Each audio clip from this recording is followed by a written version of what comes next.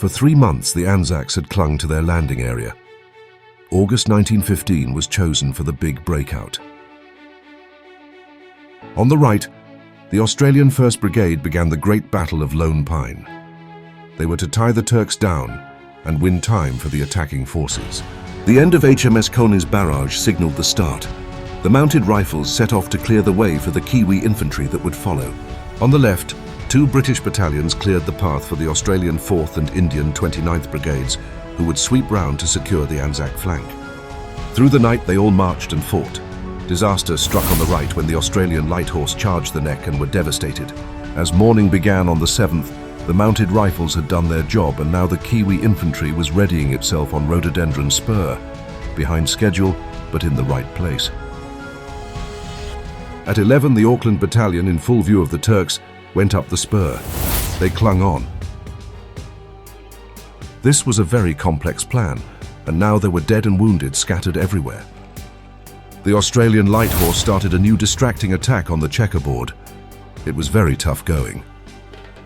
Fresh British battalions started to move up, so did the Auckland Mounted Rifles. Troops exhausted from their efforts from the heat with little water tried to survive the cold of night. The plan was well behind schedule. The Turks now knew the main assault was coming on the heights. They were ready.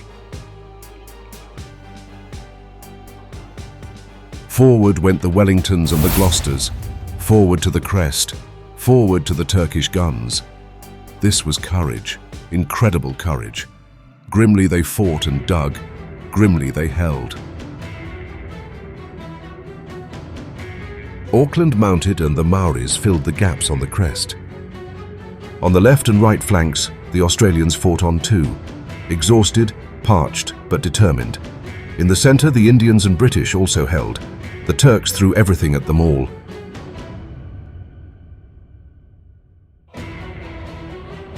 Up went the reduced ranks of the Otagos.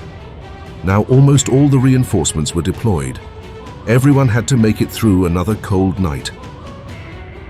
The Indian support troops struggled through with water, food and ammunition. Units were reorganized, but there just wasn't enough firepower left.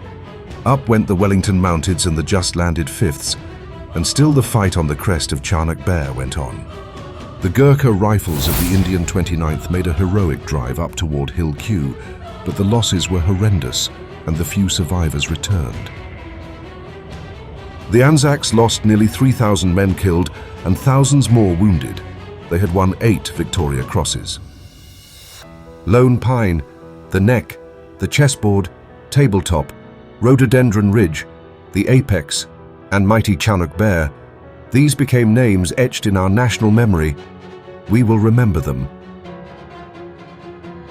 Up went the Wiltshires and the North Lancs, allowing the battered few remaining Kiwis to descend. It was a long way back to the beach. Through the night, these last British battalions fought on, but in the morning, they were gone. They had gained ground by the beaches. They had fought beyond heroically, but the thirst, Turkish determination, and the missing Suvla army ultimately defeated them. At the going down of the sun, and in the morning, we will remember them.